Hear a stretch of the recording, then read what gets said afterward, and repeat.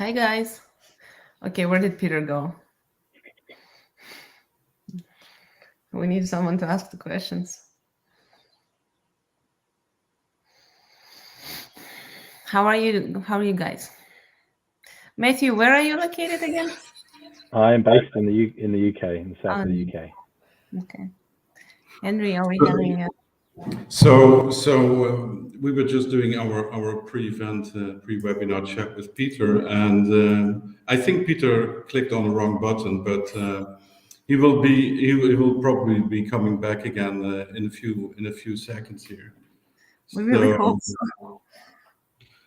so yeah, so Natalie, why don't you just take a minute or so to introduce yourself? Sure, happily. Good morning, evening, good afternoon, wherever you may be. My name is Natalie Kimball. I am the VP of Strategic Accounts for Shiji Distribution Group. And essentially what that means is I get to work with all of our hotel and demand partners on both sides of the fence when it relates to our dynamic ARI side of the business, as well as images through our acquisition of Ice Portal. And just kind of a quick overview of Shiji. We were founded in 1998 as a network provider. So we have today over 5,000 employees, 80 different subsidiaries, and over 23 different countries. So Shiji Group as a whole, we're a multinational technology company that provides software solutions for enterprise companies.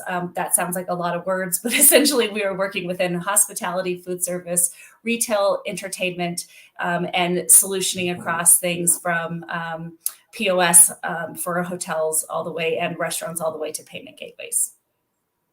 Well, great. Ira, how about you? Welcome to this webinar out of San Diego, very early. Also for you, Natalie. What time is it for you right now? I am 6:30 in the morning, but Ira's got me beat. She's 5:30. So I'll again, if I start yawning, please just slap me. My name is Ira Volk. I'm really happy to be here. Thanks for having me. Really exciting discussion. I'm looking forward because I'm very passionate about this topic. I am an industry consultant, and I consult both hospitality tech companies and hotel companies as well. I'm also an innovator. I have built and pushed to market a few successful software solutions for the industry. And I recently published a book, Hospitality 2.0, where I did a very thorough industry research that also includes interviews from about 20 industry experts. So it kind of presents a holistic view of the state of the industry today from the technology adoption standpoint, distribution standpoint, and many different things in COVID, effects of COVID, and where this is all going and where what we will see in the next 5 to 10 years. So again, really excited to be part of this discussion. Looking forward. Thank you. Let's move over to Matthew from Expedia. Hello, Matthew. Can you introduce yourself? Yeah, absolutely. Hi, everybody. My name is Matthew Shutt from Expedia Group. I'm based in the UK. It's 1:30 p.m. here, so a very comfortable time compared to you others. But my role as Director of Strategic Partnerships is to lead the global accounts or global partners team, managing our relationships with some of the world's biggest hotel chains, specifically as pertains to our optimized distribution program and our package white label technology for hotels. And prior to this role, I spent about 7 years leading the global accounts team, specifically with the sort of the relationships between the global hotel chains and Expedia.com and our kind of consumer-facing sites. And so now I'm slightly more on the B2B side, but in somewhat of a hybrid role. So it's great to be here. Nice to meet everybody, and thanks for having me. Good, good. So we are still actually waiting for Peter to reconnect to this platform. So I can kick it off if we need someone Sorry? to start. I can kick it off. I can start the discussion. I can talk about these things all day long, anyways. So let's first talk about the World Panel viewpoint that was published yesterday. Ira, did you have a chance to look at it? Which one was it? Because I received a few invites, different ones. It was the viewpoint which was published yesterday about the online distribution paradigm. Let me show you the link here. Oops. I normally don't miss anything. So if I was invited, I probably responded. So who of the three of you saw the world panel which was published yesterday with Peter? I have not. It came to my inbox at about 1 a.m, so I have not had a chance to look at it. Okay. Let me send a link to you.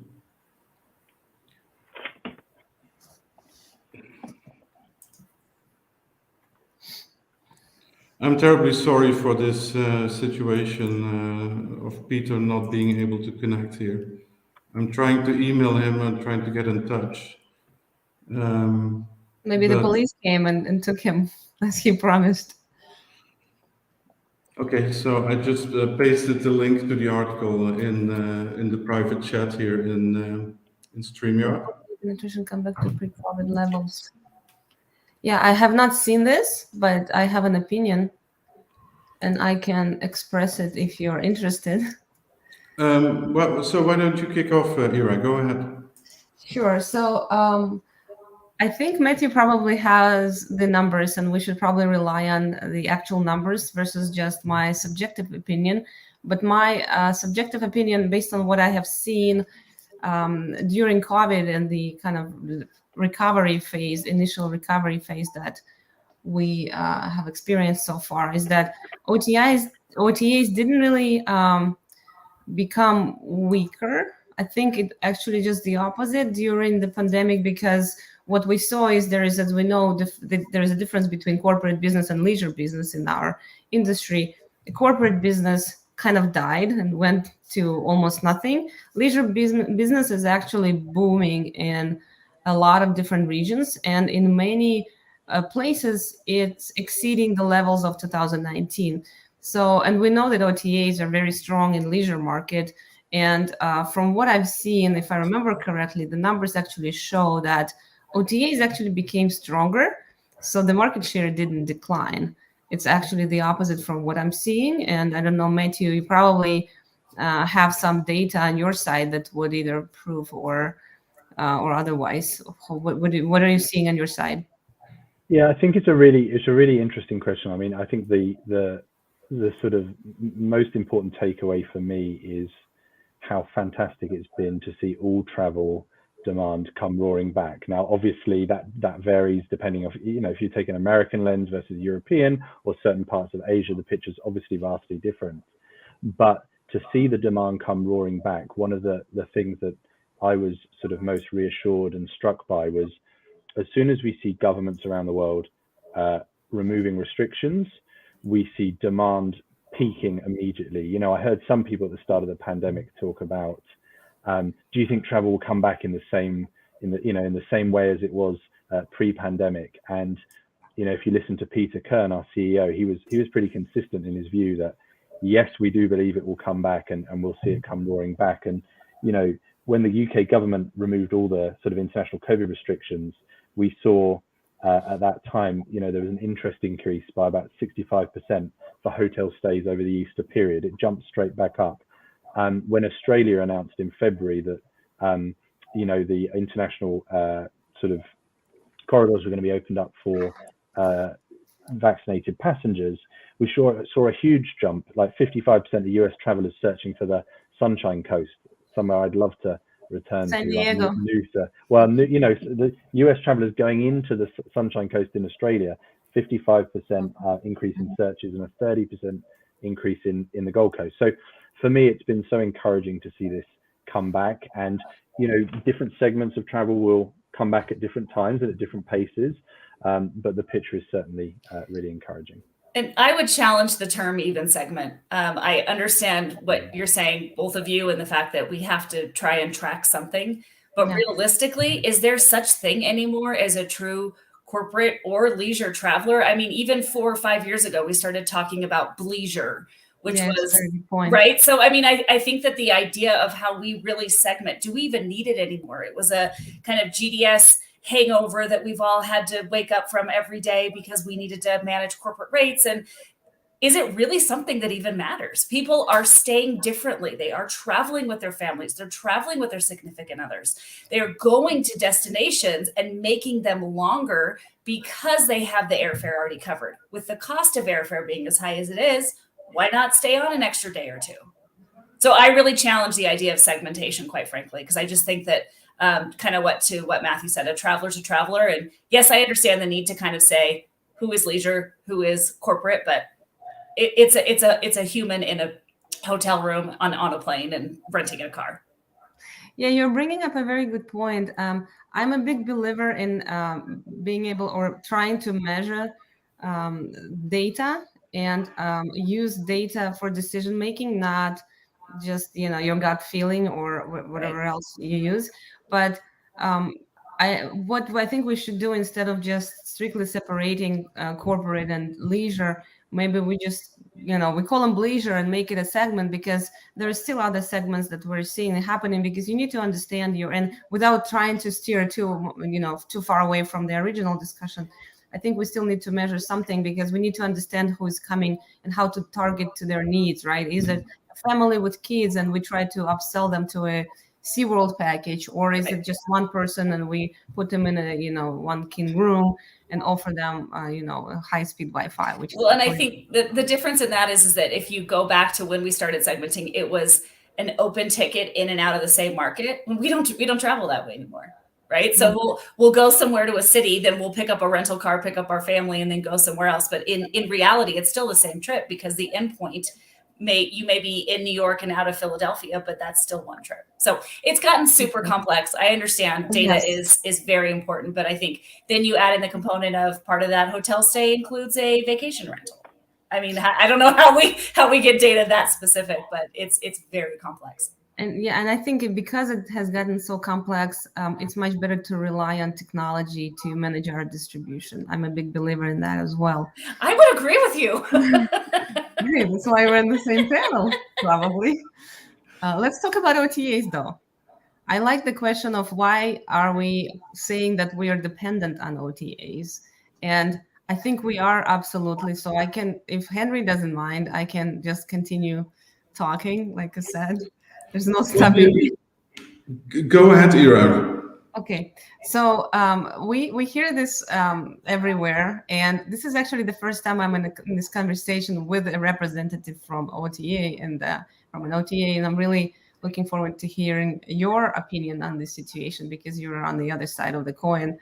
I think we are absolutely dependent on the OTAs, because I remember the situation when in 2016, I believe, there was a fight between Choice and Expedia. And I was a Choice franchisee at the moment.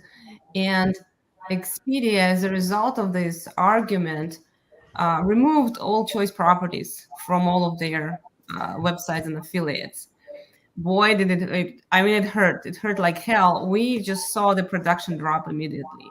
So nobody wants to not be on the OTAs, because there is just so much volume that they send our way. And in many cases, I've seen hotels that have 90% of their bookings come through OTAs. 90%, and independents, of course, not branded hotels, and because they don't know what they're doing in terms of marketing and sales, right? But we rely on OTAs greatly. So if it's shut off, it hurts like hell. So how did we become dependent on the OTAs? And I also have an opinion, but I'll ask you guys first to hear yours. Why are we so dependent as hoteliers? And why we're in the situation when we don't really want to share our money with you guys, but we have to? What's your opinion on that? How did we get here? So I think the question to ask yourself is, what is the value of an OTA? What is the value in a well-balanced channel mix? What is the value of an OTA? And I think when you think about the kind of reach and exposure that you get through working with OTAs that have hundreds of points of sales in different countries around the world, from the marketing that allows a hotel in a niche part of Asia to be exposed to a ton of wonderful American travelers who want to come and spend their money and kind of drive tourism in that environment. I think it's really important to sort of recognize reach, exposure, and then all the data and insights you get. And the nice thing about an OTA model, obviously, is that if you're going to pay a compensation, it's only on a booking. So there's not an initial outlay. You're getting the booking, and then you're paying for it. So for me, that's the thing to look at. And I think when I speak to hoteliers day in, day out, there's a recognition of a well-balanced channel mix, which is the key here. Target the demand that you want. The thing I love about working at Expedia Group is you can target sort of families, you can package customers further out, you can city breaks, leisure demand. There's all different types of demand that you can target, and you can get strategic about which travelers you want and at what time. So for me, using an OTA in an intelligent way, I think is the key. The only other thing I'd add is you referenced sort of, and maybe we'll come onto this a bit later if Peter ever manages to get back into the room, but I think the way that the relationships, I can only speak for Expedia Group, but how they've evolved so positively over the years to true, deep and strategic partnerships between, for example, Expedia Group and Marriott International or IHG or others. And to go out and solve problems together, to say, how can we use our technology and how can we use our kind of the assets that we have to solve problems for travelers and to make the experience for all better. So for me, that's the mindset sort of evolution that I've seen over my 9 years in Expedia, which puts us in a really positive place. And I'm sure sort of Natalie would say something similar. Yeah, I do, because I started, I'm going to age myself here, and back when dinosaurs roamed the earth, I was at LVRS or Travelscape, which became the Expedia model. So yes, I started in the industry when I was about 9 years old. So, back then, if you think about the whole concept, this was before hotels.com, it was Hotel Reservation Network and LVRS, and then they spun out to do Travelscape so that we could handle outside of Las Vegas. The whole idea was, what rooms do you have available to sell that aren't selling? So it was only to fill a niche market. So the idea was, you have 10 rooms, let us sell you, we'll figure out how. And because it was so successful, the legs started to run before they even knew how to crawl. And then you put in something I still can't believe we're talking about, but 9/11. So when you add the component of where the industry was growing through OTAs, through HRN, through Travelscape, then you add on the component of hotels literally having to shut down, offering rates, for the lowest prices they ever had. Hotels then decided, well, hey, wait a minute, why do I need a staff for Smurf? Smurf became something people weren't traveling for volleyball games. They weren't traveling for that teeny segment. And hotels could actually staff Expedia as an actual employee and only have to pay when the room was consumed. So it was a natural progression to how we got to where we are today, because it was cheaper for the hotels, especially back then, even when I was part of that team where we would get 30% margin. Like, it was just net rates back then. We didn't do commissions. We would get those hand over fist because hotels did not know how to fill their property and get access to those travelers. So I think it's been a natural progression. When you look back, there's been this tug of war, take and pull, and who's going to be on top and who's going to, have their, I remember at Orbitz when we had another fight with, I think it was IHG or Marriott, and we shut them down because I was at Orbitz for some time as well, but that's the natural progression. And to what Matthew said, this to me, as an ex-hotelier, I worked on property. I've worked on the CRS side. I've worked kind of across the board, but always put my hotelier hat on. I see all OTAs as a necessary part of marketing, and it is figuring out, how does that mix work for you? We used to talk about crew rates all the time. Use them as a crew rate, fill them up. Crew rates don't really exist anymore. I mean, you have to figure out what works for you. But I think what's happened is some of the hotels have kind of gone, sure, I'll just give all my inventory here. And then they complain about it. Well, you have an option. You have a choice. Figure out what marketing you actually want to do and be happy with it. Don't blame the OTAs. It's not their fault. Peter, we're happy to see you because we thought that the police took you. I have absolutely no idea what happened. The very minute that Henry pressed the button to actually broadcast, everything in my office shut down. The network kicked me out. So I have no idea what you guys were talking about. I've been to be controlling you guys. So as far as I can tell, Matt has talked a little bit about what's happening with the OTAs right now and the recovery. And Natalie has been talking a little bit about her experiences working on the OTA side and the hotel side, and pointing out that in order to be successful these days, hotels have got to strike a balance. They've got to leverage all of the portfolio of channels that are available to them and try to actually figure out what is the right mix for them. One of the things that Henry and myself, when we were putting this together, we were sharing some information, and he shared a very interesting news article with me. I think it was yesterday, where he was talking about, it wasn't Henry who was talking about, but the news article was talking about the CEO of MCR Development, who was talking at the recent Asian American Hotel Owners Association conference. And basically, this guy, who I'm sure is a great hotelier, was telling the participants to take your hotels off the OTAs.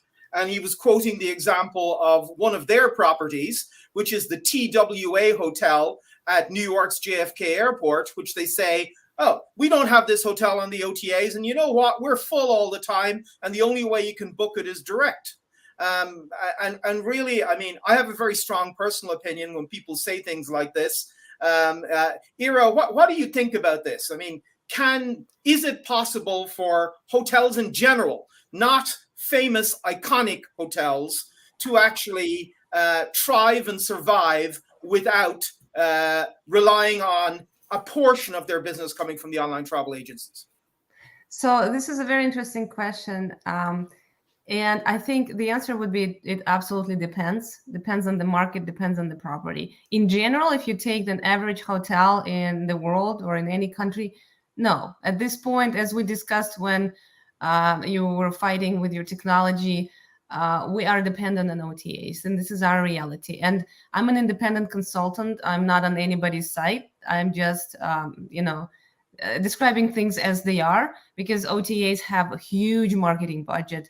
When I was doing a research for my book that you're about to enjoy, Peter, I actually discovered that Booking.com and Expedia, and I think it's either 2019 or 2019, they spent $16 billion on marketing in 1 year, which is, that amount is bigger than government budget of about 140 different countries. So imagine that. That's a lot of money. So they can spend much more money on the marketing to market the, to lure the customers to their website. That's why they're so powerful. They're much more powerful than any brand in the world. And this is our reality. So because this is our reality, we have to be very careful with how we play the game. We can't just shut ourselves off the OTAs because, as Natalie said, there is this business that they can fill, and the need business that they can absolutely help us fill when we need help. However, I think where the dilemma is that from being this niche business that was supposed to be just simply purely incremental for us, the OTA business started displacing more profitable business. I think this is where the controversy is, and this is where hotels are starting to disagree with many of the policies that OTAs try to force on us. By us, I mean hoteliers. I'm kind of representing hoteliers in this discussion. And when Natalie said, you have a choice, you can give these rooms to them or you can't, or you don't have to, I actually disagree with that, because at this point, it doesn't seem like they're giving you a choice. They're actually saying, if you stop inventory, if you don't share inventory with us, we're gonna just drop your ranking or we're gonna shut you off. And this is a question that I also had from Matt about the algorithm. Well, yeah, and who's at 100% occupancy? No, but of course they are, Eero. Why would they sell you, or why would they absolutely agree if they can't make money from you? And I saw both Natalie and Ira nodding their heads, agreeing there. I'm going to disagree with you. You always have a choice. if you want to, you can go and you can join Marriott, and you can pay 6 plus 2 plus 3 plus 4 plus 7 plus 27, or whatever the figure happens to be this week, and they will deliver business to you thanks to the power of their brand. Or you know what? You as an independent property, you can get the finger out and actually do some real marketing for a change and spend money. Agree. I absolutely agree with that. The idea of a free lunch, I think, is gone. Okay, I don't think there ever was a free lunch, but people out there saying, oh, just open a hotel. You know, you're located on the outskirts of Detroit and people are going to magically find you and magically come to you. No way. Dream on, my friend. Sorry, Natalie, I interrupted you. No, you're speaking exactly what I'm thinking, because I understand, and I'm glad you said it, because it is putting pen to paper. It's putting action in. And I think that was kind of the point I was making initially, was that we can all be lazy and approach in a certain way. And lazy is not intended to offend any hoteliers. I am a hotelier first. What I'm saying is, I mean, when I worked on property, we had a staff of, 8, 9 salespeople, and that was just for one segment of business. So, and that just doesn't really exist anymore on property. So I think it's just figuring out, the idea of a free lunch is certainly gone. I don't think it was ever really a thought of that way, in my opinion. But yeah, you have to, it's all about the mix. That's all it is. And if one hotel does decide that they want to leverage 90% of their business and not sign with a franchise and get the Marriott pen and paper and Starbucks then that's their decision. But at the same time, you also can't get the flip side of that. We had hotels that I remember in Florida that used to do the double the rate, half off of the promotion when I was at Expedia. And it was like this huge controversy. So they wanted to also capture all the market business in their area by saying, we're 50% off. No, actually, you're not. You doubled your rate and then you did a discount. So, there's that balance there as well of keeping the hotels honest so that they don't completely steal all that market share and drive margins at 40, 50% in a marketplace.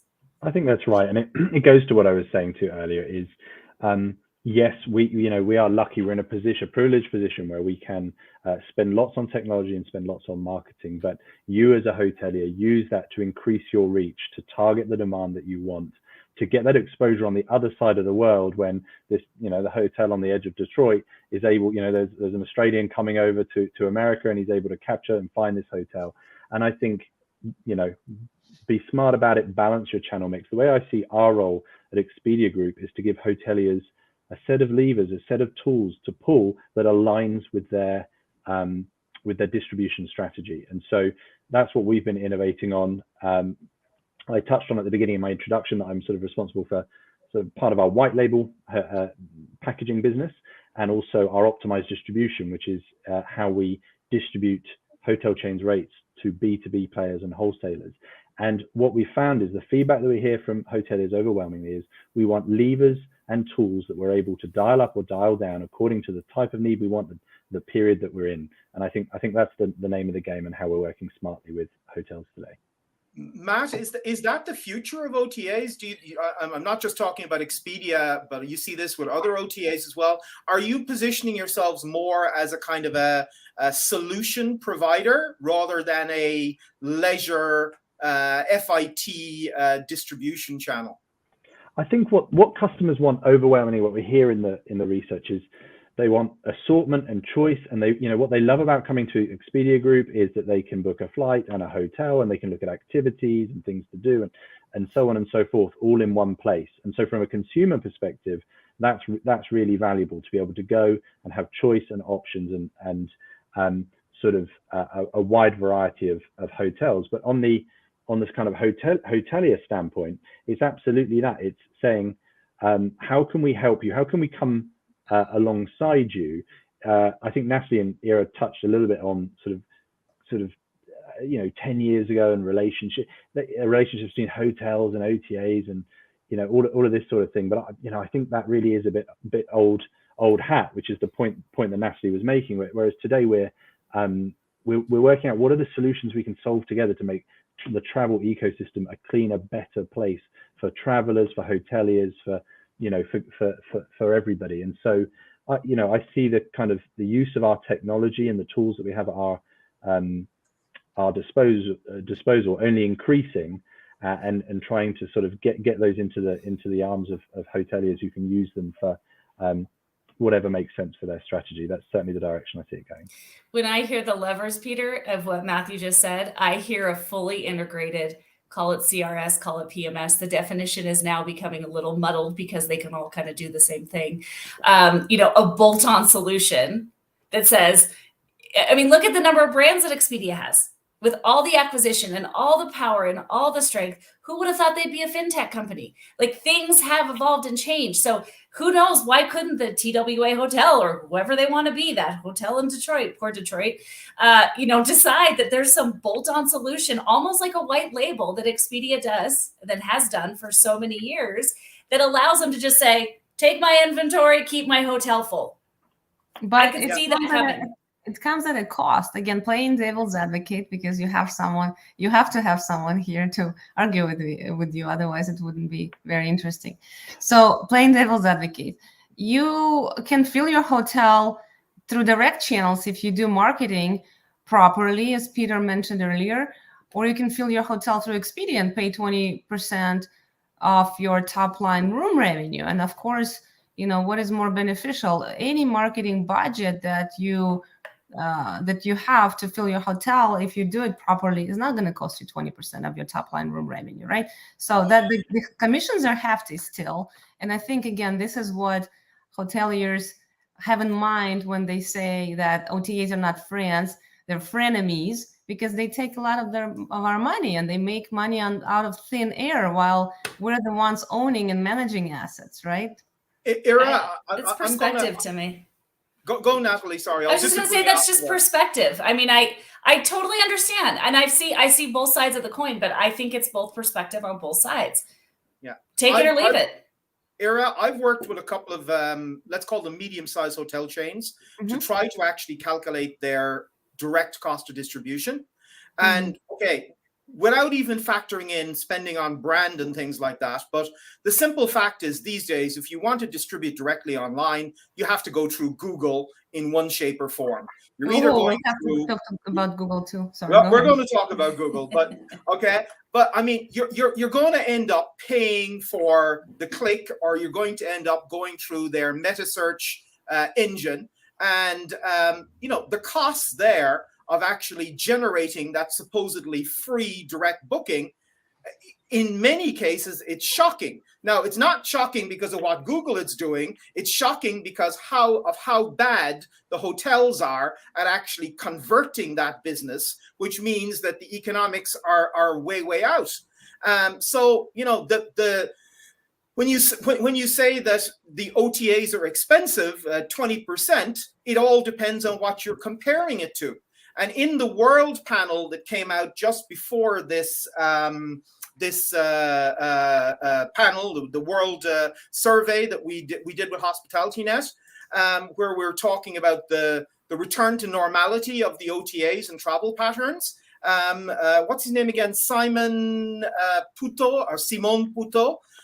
He was talking about some of his experiences with the cost per acquisition on different meta search channels. And, he's finding exactly the same kind of thing that I'm finding. A customer acquisition cost on supposedly free direct traffic, which is up in the 30s, 40s, it's not down around the 5-6% that we pretend it actually is. The real cost of driving business directly is much higher. So, I would really question whether we pay too much for OTA bookings, especially seeing as we only pay when they deliver business. So I think what that means is that we as an industry just need much better BI solutions that will finally allow us to measure those freaking distribution costs. How about that?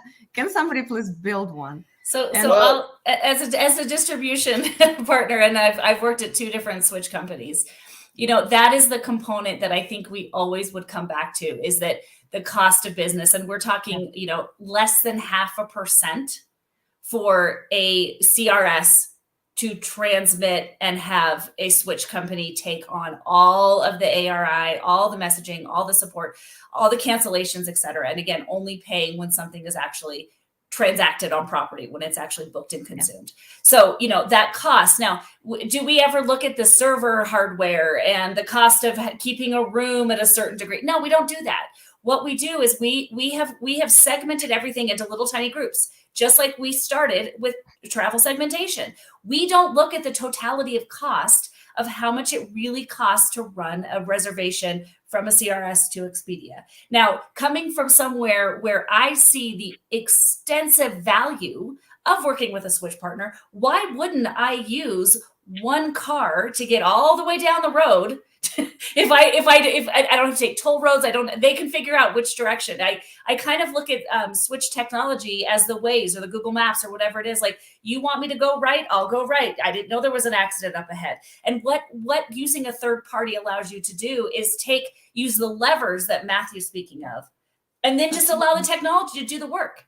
So that's where I think you get the full benefit, is by saying, how do I enable the technology to do for me what I want it to after I have negotiated? It is in totality, but we just don't. I agree that it would be great to look at that from a BI standpoint. We just haven't in totality calculated what all that means. Absolutely. And I promise I'll let Matthew talk as well, but I do have one more comment here. I think that the OTAs definitely play a very important role in our industry, and they actually make customer experience much more user-friendly than if we were only relying on hotels' websites to sell their business, right? It's just much more convenient for the consumer to use OTAs for various reasons. So I think, and they also OTAs provide great tools, like Rev Plus by Expedia is by far my favorite portion of the OTA world, because it provides so much data for free to hoteliers, market insights, occupancy forecasts, competitive rates, and everything else for free that normally would cost hundreds of dollars for a subscription of hotels. This is a great tool. I think everybody should utilize it. By the way, whoever is listening to this recording, if you don't know what Rev Plus is, please ask your market manager. It's a free tool. You have access to it through Expedia Partner Central. Every single person who has a Partner Central account has access to that. So a lot of tools, and also the booster campaigns and all those wonderful things that hoteliers can use to fill the void, the gap that they need to fill.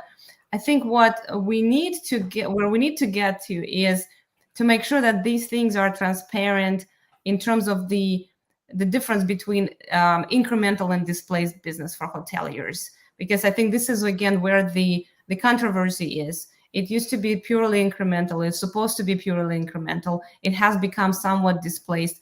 And again, because we lack these BI solutions in the industry that clearly tell us what is what and how to track our business, we are actually not able to differentiate clearly between the two, between incremental and displaced. And many times hoteliers don't know, when they receive these wonderful bookings from OTA promotion that they're running, are they displacing their direct business or not? I think this is where the controversy is, that hopefully we'll be able to address. But again, OTAs are great partners for many of us. Ira, I would maintain that if your revenue manager is doing their job, you should never have displaced business. You should have very, very expensive business coming through the OTA, as in very, very high room rates. And I think that's one of the challenges that we discussed before, Ira, the fact that our revenue management team and our distribution team and our direct distribution team and our online marketing team or people rarely talk to each other. Yep. And I think that's a major challenge. That is very true. Well, and they've also become decentralized. The director of revenue management role, quite frankly, came about 25 years ago when the OTAs came around. Like, it wasn't, it was just part of the, group room meetings that you would have to say, can we take the rate up? Can we not? Then introduce all the revenue management. Say, we evolve. That's what we do in the industry. We evolve on whatever is happening. So to kind of think about how revenue management and them not even talking to each other, the dorm rule didn't even exist really 25 years ago. It's because OTAs made the distribution landscape so complex that we actually because hotels had rooms to fill. That's true. Yes. That's why. Agreed. You know, I would maintain that I don't know very many hotels at the moment who have any displaced business, or they certainly haven't had it for a while, and they probably not going to have it for a while in the future. So, you know, any business is good business at the moment. Peter, Natalie, can we do a study? Sorry, can we do a study together with you, a research about how to properly calculate displaced business? Let's do it together. This is something, it's actually not very simple to do, and I've been trying to tackle this for many years. So how about we do it together and we'll present it to the world? We'll see. We'll see. I want to go back to Natalie for a second. One of the things she highlighted was the fact that on property or for the chain, distribution and managing it has become very, very much more complicated and complex than it used to be in the past. You know, if you're an individual hotelier, you don't have a lot of time, you don't have a lot of experience. How can you manage this? What tools are out there to help you actually understand what's happening and maybe, I would use the word, optimize your portfolio of channels? I don't want to answer that question. So I've been strict. I feel like poor Matthew. He's being such a gentleman. It's okay. We'll get to that. I have a question. The next question's for Matthew. Don't worry. You go on and I'll follow. The thing. So what the other thing about, while I just said we evolve, we do it in a really poor fashion in this industry. So, I mean, I still remember 5 years ago checking into a hotel that literally had the reg card on the wall and I was like, oh, this cannot be happening. So, you know, we as an industry act like we are forward thinking, but when you look at on property, some of the solutions and technologies, quite frankly, aren't, which has allowed a lot of really smart entrepreneurs to come in and put these solutions in over the top that, quite frankly, don't work with the rest of our technology. So we always say things like, well, that's not how we do it. Well, what's an SGA? Well, I don't know. That's not, like, we are very old school in the way that we approach things, but we all want to do it new school. So when you think about someone who may come out the door and say, hey, I want to be a hotelier. Well, first of all, maybe go get yourself checked, because it's a tough business.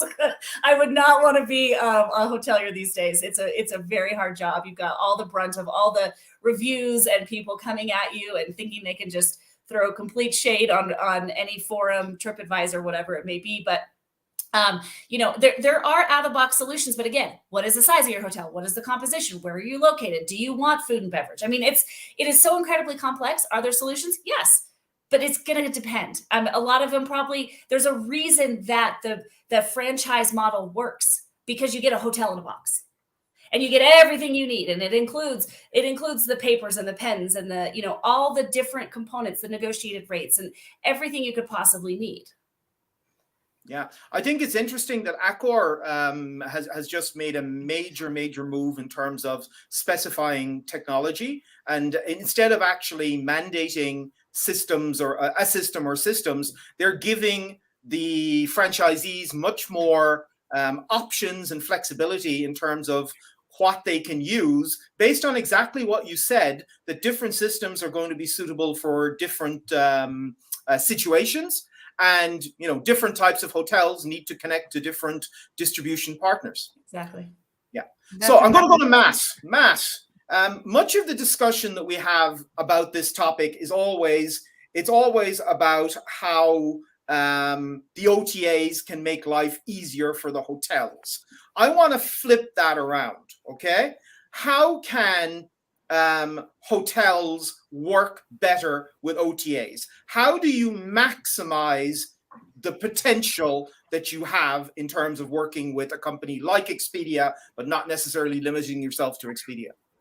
Yeah, it's a great question. And look, the overarching theme from my perspective is put yourself in the traveler's shoes and do the things that if you were a traveler, that would matter to you. That, you know, for us, that underpins everything, the way that we think about how we build our products and how we go about our business, is this traveler first mindset. And so that starts when a traveler is at the kind of imagination stage and the dreaming stage at the top of the funnel, with really good solid content and detail and high resolution photos, and, you know, making sure that you're responding to reviews. And you know, Ira mentioned a bit earlier on about partner Partner Central and how the amazing tools that are in there and the amazing amount of data. But we have the ability, once a customer has booked, but before they check in, for hoteliers to go talk to the customer and say, we're looking forward to seeing you. Is there anything special I can do? And it's all these little touches that go into making a really, really sort of memorable experience for a traveler. I mean, we've all been through so much with COVID, and I think we all know that things are important, but really the one thing that we've learned is that experiences are more important. And how you finding ways to delight your customers will help you be successful on OTAs. So making sure that you've got great, compelling content, making sure that the rooms that they're going to want to book are there and they're available, and they're sort of that you engage with the customer before they arrive. All these things will make a difference. They will help you to gain more bookings and to be more successful. And if I can, what that tells me right there is that Expedia is very aware of the hotel desire for direct, right? So what that does is it allows the hotelier to be in control of that communication with the end goal of hopefully getting them direct. So they are not saying, what I hear in that is Expedia not saying, good luck, they're our customer. They're saying, hey, look, we're here as your partner. And I feel like I'm being like super pro Expedia, and that wasn't my intent. But I'm pro OTA. I honestly, as a hotelier, it is just so important to leverage what you have out there. But that is the point. You as a hotelier have the ability to convert them once they're on property. Let Expedia convert them initially, because the likelihood of you being able to get that guest on your own, unlikely. So allow and leverage that ability to communicate with advanced. Oh, is it an anniversary? Is it a birthday? What are you looking for? That is the power of working with a partner, because then you can have, did you know about our loyalty program? Would you like to book your next stay? Then you turn it over to the hotel, then taking them to that next level of converting them to an actual direct customer.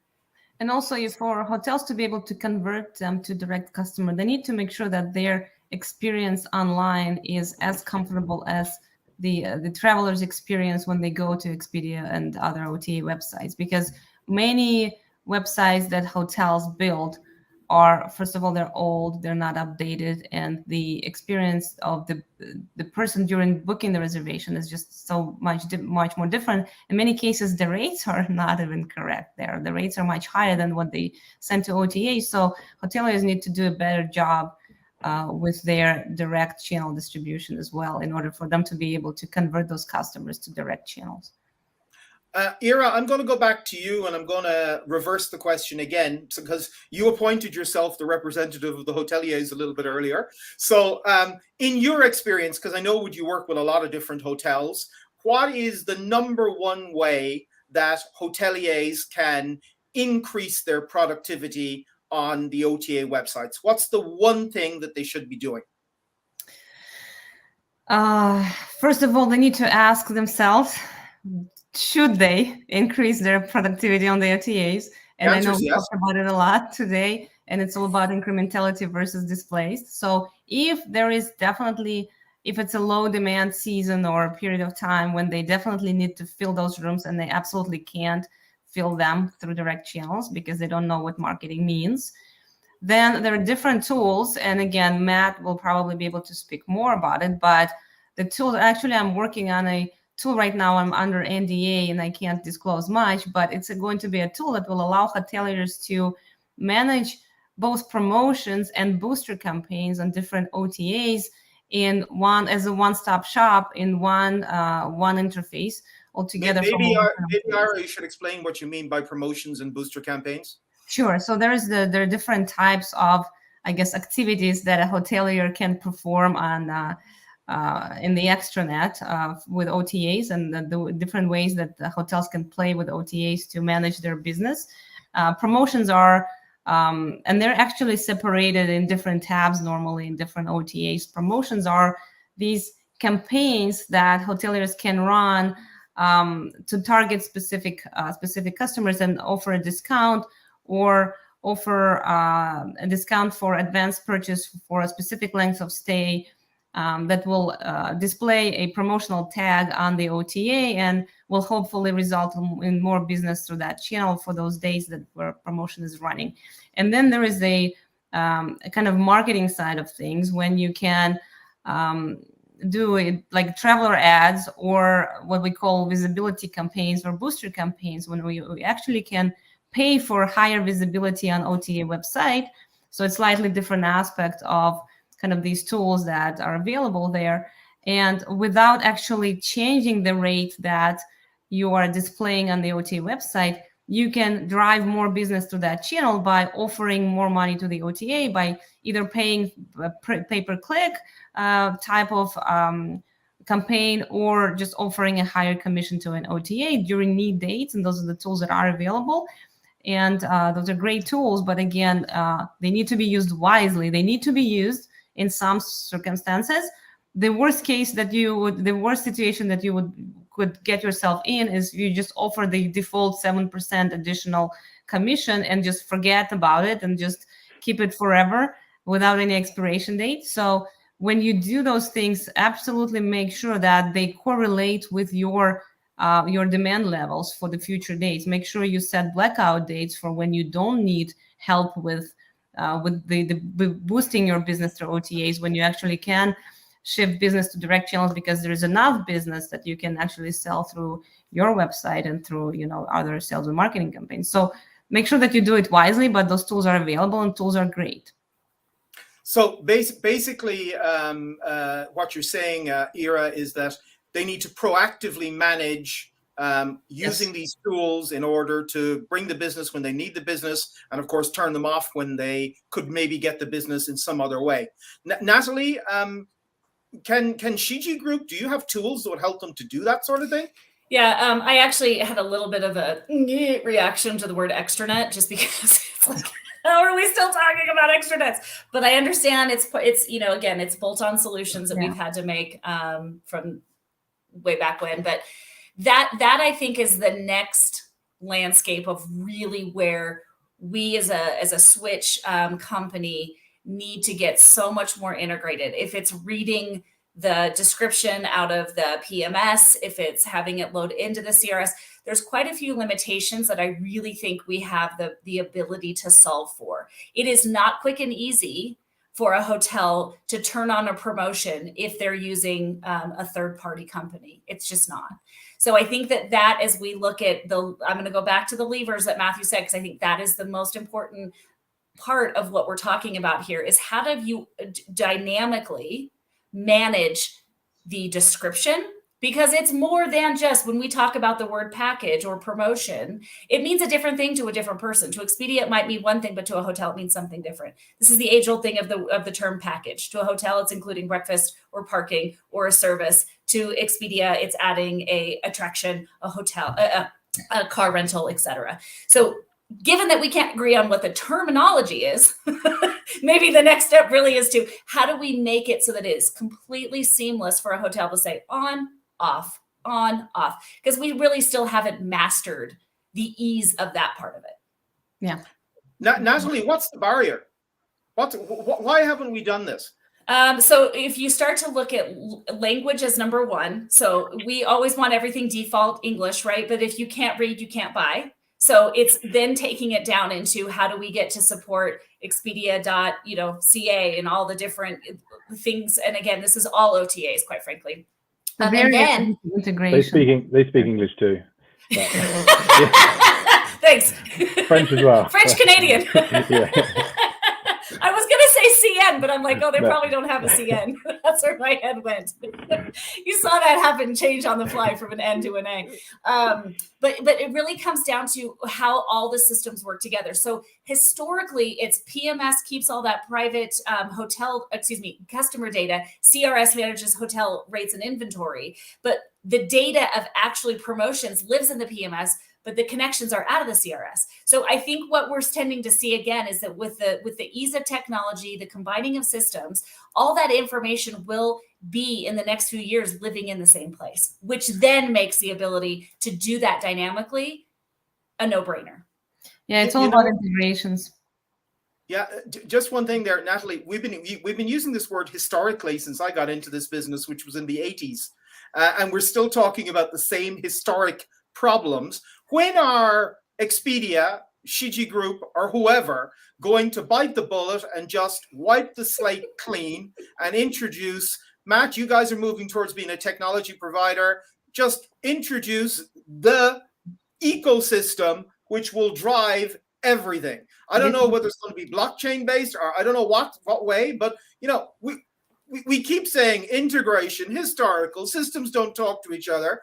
The reason is because it's because of this conversation. That's the exact reason, because hotels still want options.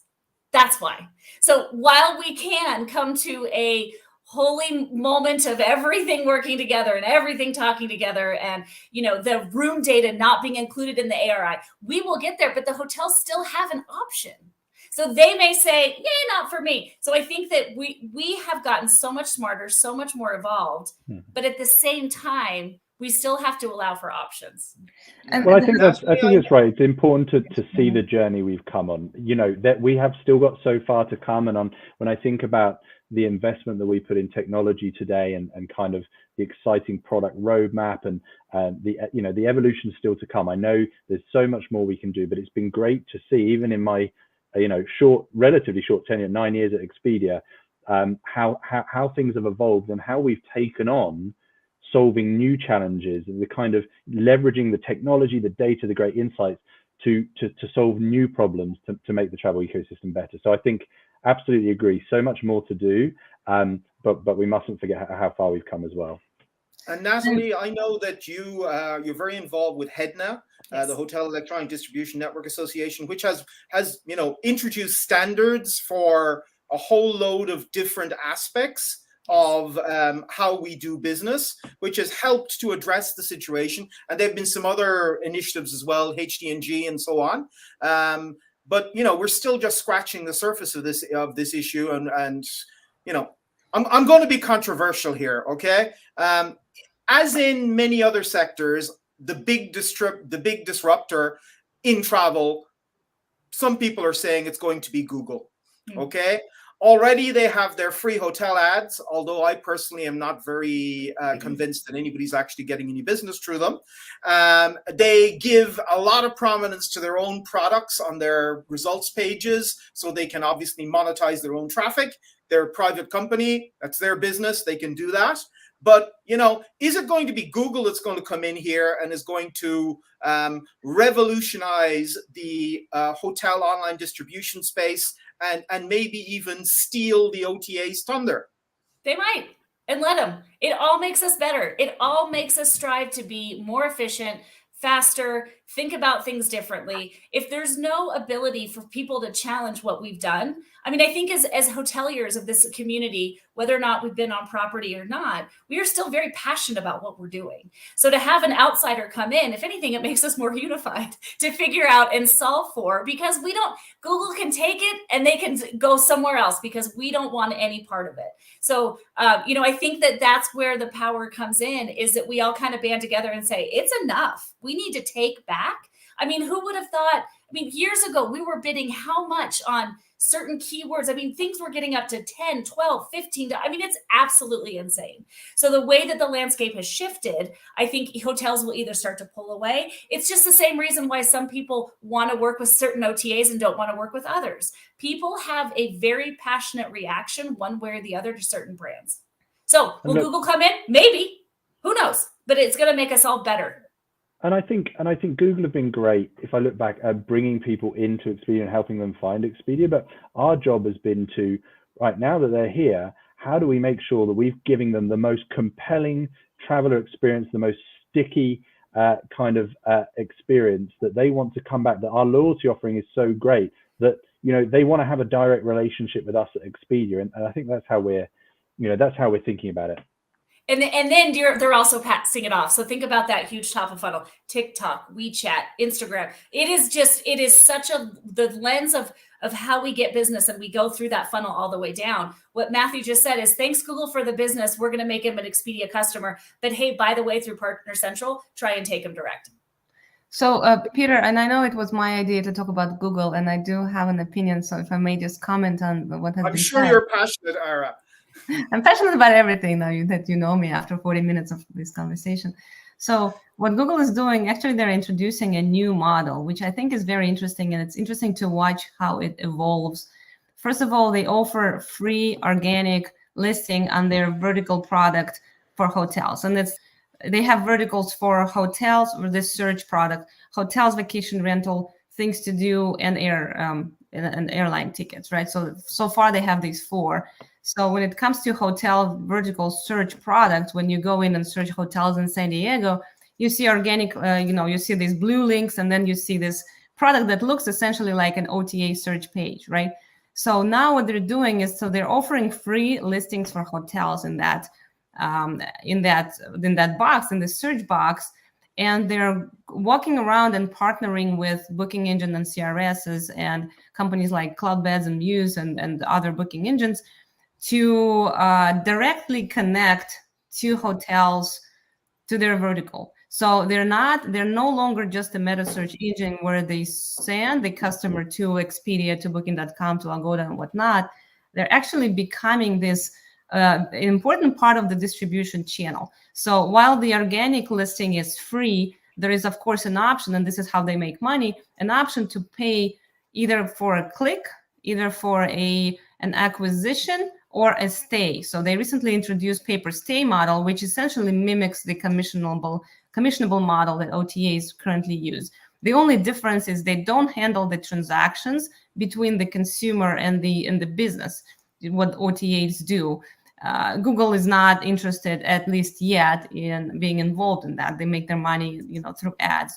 So what actually this leads to is that this actually gives hoteliers more leverage in terms of how to manage their presence online in this channel, because the PPS is very flexible. The pay-per-stay model, and the same as pay-per-click or whatnot, if you're smart enough and you know how to leverage it, you can actually fluctuate the amount of money you're paying to this channel depending on how much you need them. If the demand is strong, if there's a lot of reservations coming your way through direct channel and through Google organic search, you don't need to spend any money, and hopefully you're smart enough to not have to pay any money to Google. But if the demand is weak, then go ahead and increase PPS and bid your bids and get more business from Google. So this flexibility actually allows hoteliers to be more profitable, because it's not just a fixed amount of 20%, regardless of what the date is. It allows them to play with it and actually maximize their profit. And I think this is the biggest difference between Google and other OTAs. I would say not other OTAs, Google and OTAs. And the question for Matt that I had, do you think that OTAs would ever allow hotels to flexibly manage their commission, also down, not just up, to... That's a great question. That's a great question. Competitive with Google's model? That is a great question to which I don't have an answer. But what I would say is, I said it at the top of this session around, if you're using an OTA like Expedia Group smartly, you are targeting the demand you need at the time you need.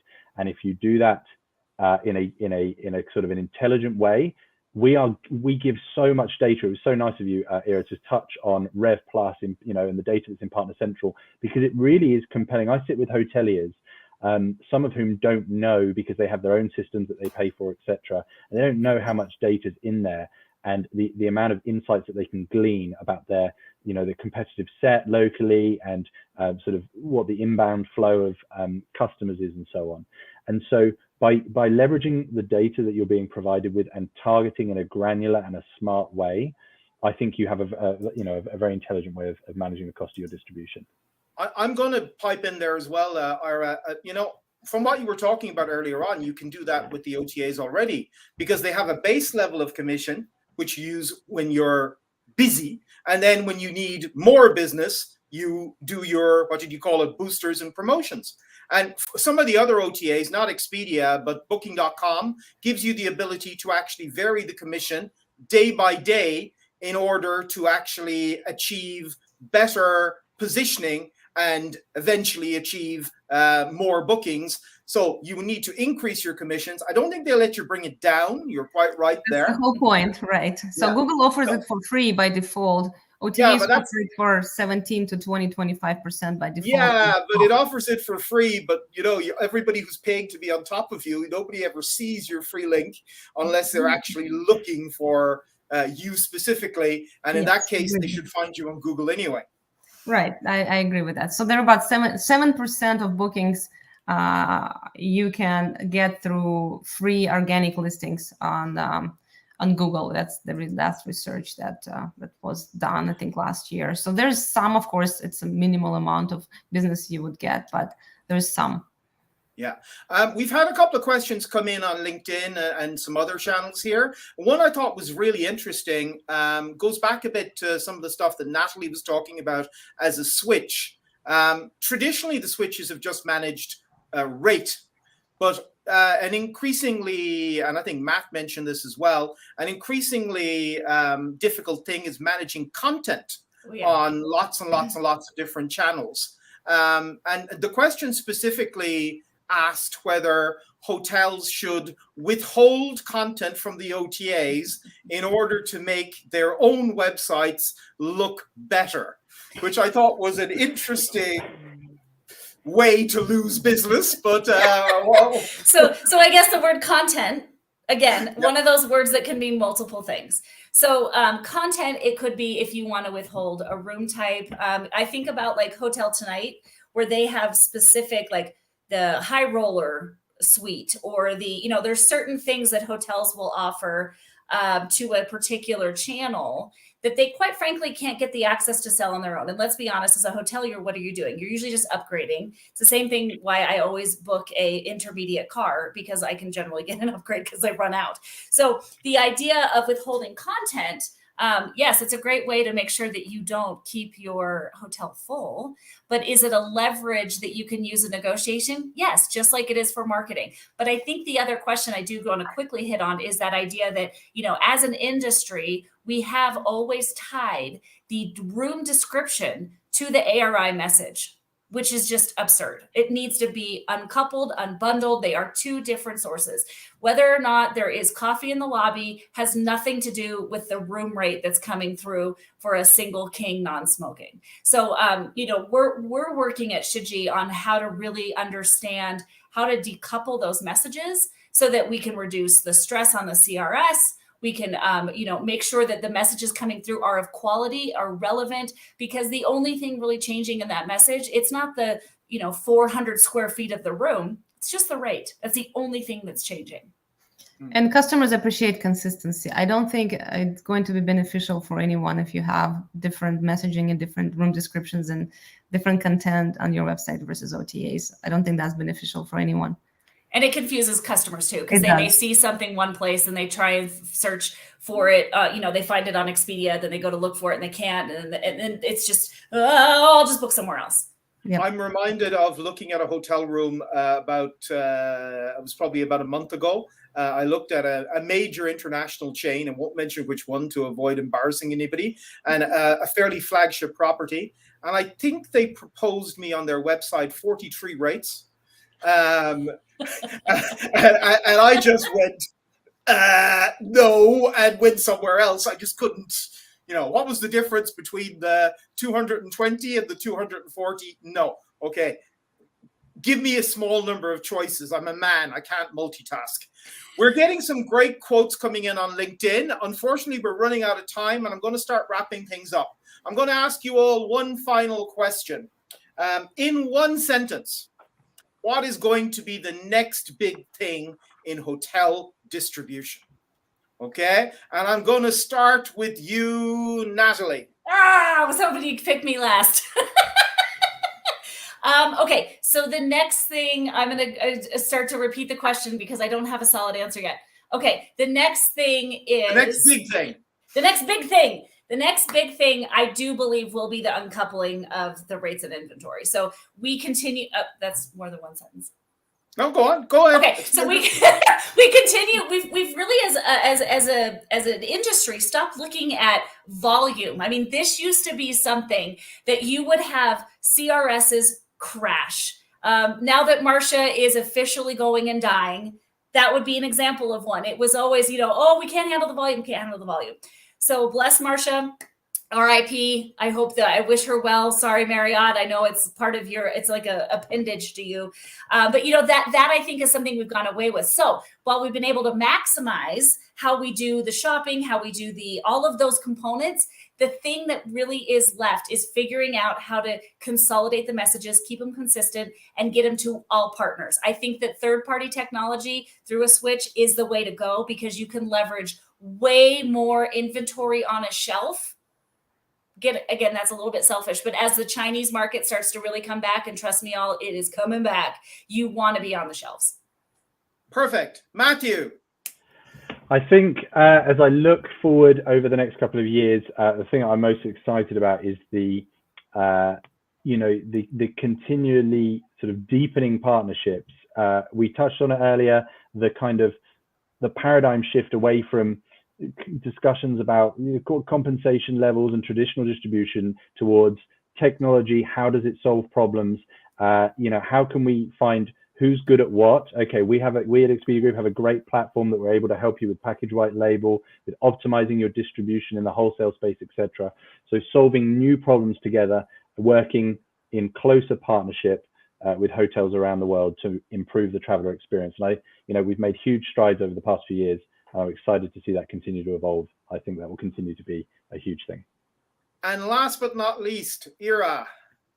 I'm confident that Google will disrupt the distribution space because this is the only company in our industry that is a player in our industry that has more money than Expedia and Booking.com combined. So I think we definitely need to keep an eye on this player. Google only has that money because Expedia and Booking.com pay them all that money in search marketing. Google has other done.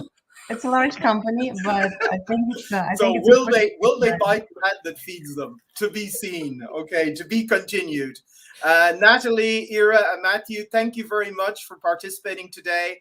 Apologies to everybody for the hiccup at the beginning of this. I have absolutely no idea what happened.